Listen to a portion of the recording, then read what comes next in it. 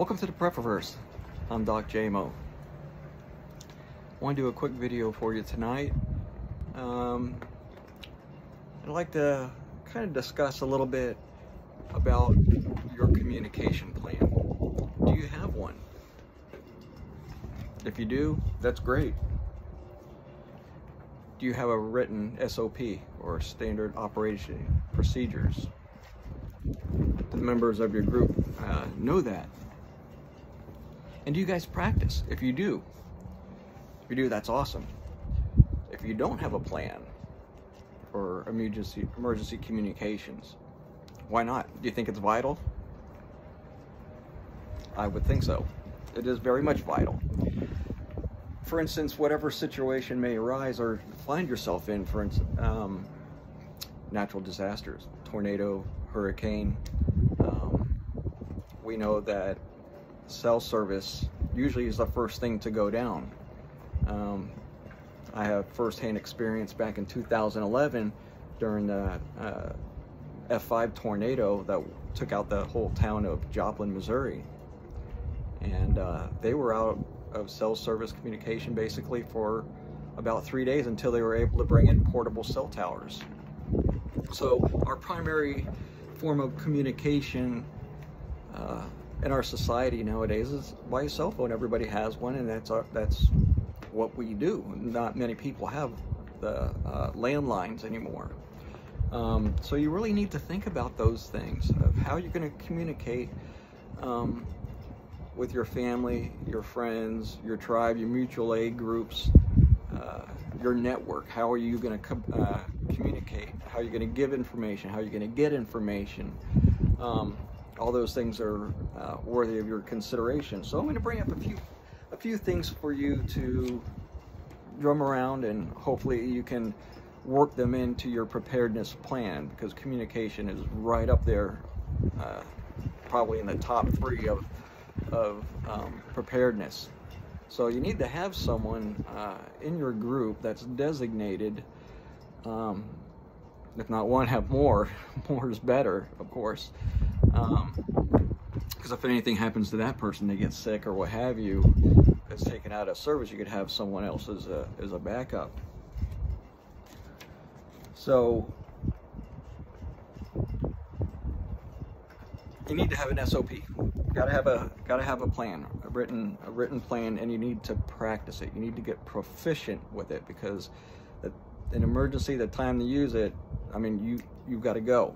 You don't have that luxury of time to start learning and figuring out how to do things. So you need to have someone, that communication person, to help develop that. Some of the things you need to know is what frequencies are you going to use to communicate on. I have some things written down here, because it is a pretty lengthy subject. It's an in-depth subject. I'm just trying to make it easy and just kind of bring up some points for you to consider. What frequencies are you going to write into your standing order or standing operation procedures? What frequencies are you going to change to in the event that you can't reach someone on certain frequencies? If you have ham radio operators, that is definitely a plus. It's not vital that you have them. I say it's very, very important, but it's still an option. If you don't have anybody in your network that is licensed to broadcast on those frequencies, there's some others. You have the family radio service, you know, the FRS, those little radios that you can get at Walmart or Cabela's or what have you. Though a lot of those are very, very popular, and they can get populated pretty quick. Then you have your GMRS frequencies that you can use, although you need to apply for a license for those. It's not much. I think just one license holder you can use for your whole group. I may be wrong on that. You can check on that, but I think that's the way that it is. And then you have your MERS, your MURS, MERS frequencies. I think there's only 5 of those frequencies available to communicate on, but they're there, so they're options. If you don't have someone that's a ham radio operator, amateur radio operator. Those are some frequencies that you can consider as well. But I do recommend that everybody in your group get a ham radio license. It's easy to get. It's only 35 questions. The whole test question pool is online. You can study that and get it, and that will get you your technician license. Though I do highly recommend having someone in your group that can obtain their general license or their extra license, because that opens you up more to more frequencies, especially on the important bands, the HF bands, the high frequency bands that you, they're kind of like shortwave radio. You hear, you know, when you have a shortwave radio, which if you don't have one, I recommend you get, because you can listen to different countries. They come from further away, and you can listen. And general and extra class ham radio operators can broadcast on a lot more frequencies, you know, in those ranges. So it kind of opens up your, you know, your options. It gives you more options for communication. And they're not necessarily line of sight. So they go on HF, the signal can broadcast further, depending on how much power you're running and the size of your antenna. And that's basically basic radio theory. So other options that you can get are, because radios are super cheap right now. Well, I wouldn't say super cheap, but they're a lot cheaper than what they used to be, especially since China in the past recent years has flooded the American market with Chinese radios. They're inexpensive radios. They're not necessarily cheap pieces of junk. They're good radios, but they're inexpensive. Not necessarily as good as the Japanese radios, but they do work, and they're very popular, and they're very dependable. So if they weren't, then people wouldn't be buying them. People are buying them, and they're usually on the VHF and UHF frequencies, which are primarily FM, which is basically line of sight. For example, here's one here. You can get one on Amazon. I think I spent 25 bucks on this one. The prices may have gone up just a little bit, but you know what? You could probably get 3 or 4 of them for under 100 bucks. That way everybody in your group can have one. And then there's like I said, there's the FRS radios that are out there, pretty inexpensive. I think you can buy 2 for 30 bucks. So those are options as well. But like I said, it's easy. It's never been easier to get your ham radio license. You don't need to take Morse code like you did in the past. Back when I was 19, I had to take code tests to get my license and to upgrade. I'm a general now. But also an advantage of getting your ham radio license, because when you go to test, you will meet other ham radio operators, and so you can talk to them, and it helps build your network, and it gives you options too. And you'll meet some older ham radios operators that we affectionately call Elmers, that help teach you. They'll kind of take you under their wing and tell you, teach you more about operating procedures, basic ham radio theory. They'd be glad to teach you about antennas, help build antennas, and that, which is a really good point. You want to learn basic antenna theory. It's not that difficult, but there's some things you can make a little book, a little dope book for how to build antennas for different frequencies. Like I said, there's just a couple formulas that you can learn. So with that, it definitely helps build your network, you know, kind of expand your circle as well, because it's always a huge resource. And you'll learn, you know, how to use the radio. A lot of people that I have taught in the past that really haven't had much radio broadcast time or any, one of the common mistakes that they do make is that they'll start talking, then they'll key the radio. And things like that you really don't learn until you actually go through it. But point that out, key the radio, wait a second, and then you can speak. That way they can get the whole message of what you're delivering. And plus it gets you to practice. They get to talk to different people on the radio. You can talk to your friends and family if they have their licenses. So it gets you that practice of just getting on the radio. And another thing, you want to learn phonetics. You hear it, see it in the military, and you hear it sometimes when, you know, if you have a word that somebody's on the other end is having difficulty understanding, you can break up that word into phonetics, like Alpha, Bravo, Charlie, Delta, Echo, things like that. Break up that word into phonetics. That way they can get a clear message of what you're saying. And they can confirm it back to you to make sure that the message you're sending is correct.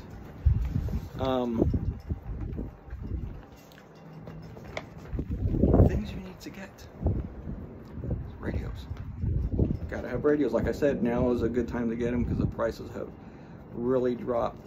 Like I said, the little handhelds there are good. They're cheap. However, I wouldn't restrict everybody in your radio in your group getting just the handhelds because they're limited as far as distance. I was talking to someone today and they were able to actually on a clear day they were actually go about 2 miles just on their little 5 watt radios, which is pretty good. And so you want to consider getting like a mobile radio. Radios come now a lot of dual bands, so they'll do the VHF and UHF, which is 2 meters and 70 centimeters bands, and those are really good. You get the mobiles. You can use them as base stations if you want, and they are a little bit better because you can hook up bigger antennas to them, and it has more power. So those are things to consider as well. And you could just look online, you Google ham radio outlets or stores, and then there's a lot of really good resources, a lot of people on YouTube that offer instructions and opinions about different radios as well. So you want to get a designated communications person to kind of come up with your plan for when things, emergencies do arise. You can have that already in order. Way to go. And disseminate that information. Like I said, there's VHF, UHF, and the HF. The HF is more like shortwave, so you get further distance. The VHF and UHF are more line of sight. Along with the radios, you want to consider alternative power sources. For instance, if a tornado comes through, you lose all electrical power and you can't plug it into the wall, your radio is not going to work. You can go out to your car and operate out of your car. And also you can get solar chargers. Sometimes when I go out backpacking, like a solar charger, and I can charge up my phone, or I can use my my handheld radio, and if that starts going down, I can just charge it up through that. Solar generators are awesome because it gives you a little bit more charging options. And then if you just have regular solar panels that you can plug into, that works well as also. And gas generators too. During field day, which is kind of like a worldwide contest for ham radio operators, extra points are given to contacting stations that are off-grid. So your communications, you essentially want to be able to operate them off-grid when everything goes down, because that's where ham radios shines, and having that knowledge is very, very important. So you can continue to communicate, pass messages along, and things like that. Another point that we need to discuss is once you get your radios, and you can get a scanner too. though you won't be able to broadcast on a scanner, but you can listen. So a huge thing in communication is gaining intel, getting that intelligence to know what's going on around your area of operations. But you also want to have written down and know your local fire, police, municipal services, and airport frequencies, so you can listen to those as well. And then the last thing I wanted to talk to you about is in an EMP situation or all electronics gets fried, if you get radios, you may want to consider building some Faraday cages to keep, if you're not using it, just keep your electronics in a Faraday cage, which will protect your electronic equipment from getting fried from either like a solar flare or a nuclear detonation in the atmosphere that would fry all electronics. You're going to want to know some primitive forms of communication, and I have just a few listed here. Flags. Flags have been used for millennia. They're used on ships for communication. Currently, even small yachts and stuff like that, and big military vessels, use flags for signaling. And back in the ancient days, armies used to use flags to signal their troops on where to go, where to maneuver. So different flags you can use for different purposes depending on the scenario that you find yourself in. Message drops. And these are all kind of like foreknowledge things that you're going to need to educate your group in.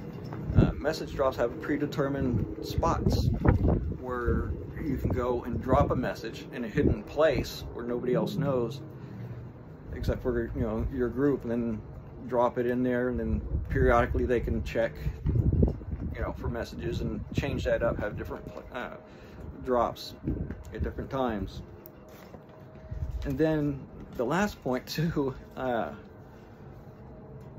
is another primitive form, is if you've ever looked at gangs like in Los Angeles and New York, how they communicate. A lot of times gangs have colors, so you can use colored shirts, bandana around your arm, different colors. Maybe yellow would signify one thing, red would signify another, green would signify another, what have you. If you're going to meet somebody and you determine that they're going to wear, if things are good, they're going to wear a green armband.